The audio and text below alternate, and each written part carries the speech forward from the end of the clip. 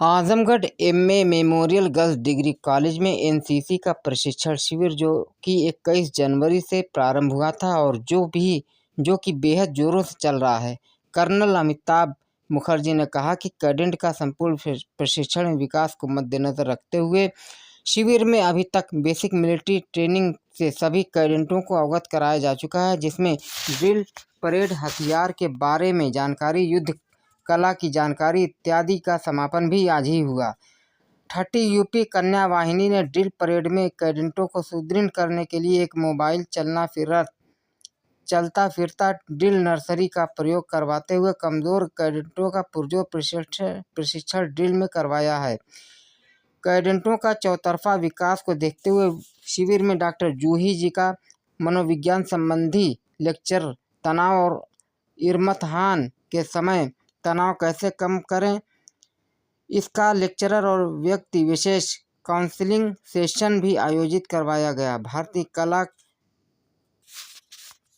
एवं संस्कृति के बारे में विशेष रूप से डॉक्टर जूही शुक्ला का लेक्चर आयोजित करवाया गया। कैडेटों आत्मविश्वास के विकास के लिए उनको संचार कुशलता का वर्कशॉप भी आयोजित करवाया गया। इस कार्यक्रम में कर्नल अमिताभ मुखर्जी साहब ने भी योगदान दिया और कैडेटों को अवगत कराया कि हमारा पालन पोषण और परिवेश किस प्रकार से हमारे संचार कुशलता को प्रभावित करता है और व्यक्तित्व के विकास में बाधा डाल सकता है। आत्मविश्वास बढ़ोतरी के लिए कैडेटों के लिए कई प्रकार की प्रतियोगिताएं कराई गई, जैसे कि खेलकूद, ड्रिल, डिबेट, एक्सटेम्पोर लेक्चर, बिना तैयारी के लेक्चर देने की कला करवाई गई है।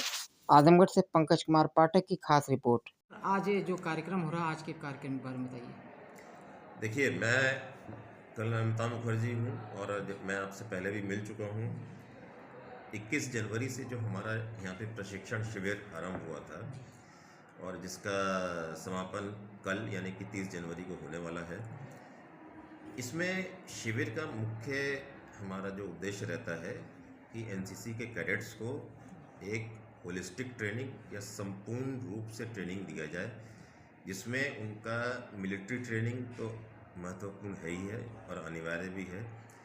बेसिक टाइप की मिलिट्री ट्रेनिंग जो दी जाती है, ड्रिल, परेड हो गया, हथियारों के बारे में जानकारी, किस प्रकार से सेनाएं दुश्मन के बॉर्डर पे काम करती है, किस प्रकार से उनका दिनचर्या रहता है, एनसीसी एक जो ऑर्गेनाइजेशन है उसका क्या महत्व है, सेना के साथ में क्या तालमेल रहता है उनका, और ऑर्गेनाइजेशन के बारे में जानकारी इत्यादि हम लोग इसमें देते हैं।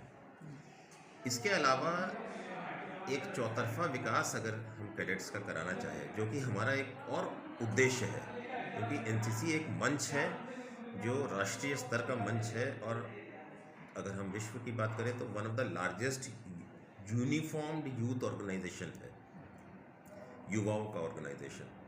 सो इसमें चौतरफा विकास जो व्यक्तित्व का होना चाहिए या पर्सनैलिटी डेवलपमेंट होनी चाहिए, उसका भी हम लोग पुरजोर कोशिश करते हैं। जिसमें मैंने अपने इस शिविर में बाहर से मनोवैज्ञानिक बुलवा के उनका हमने सेशंस करवाया है,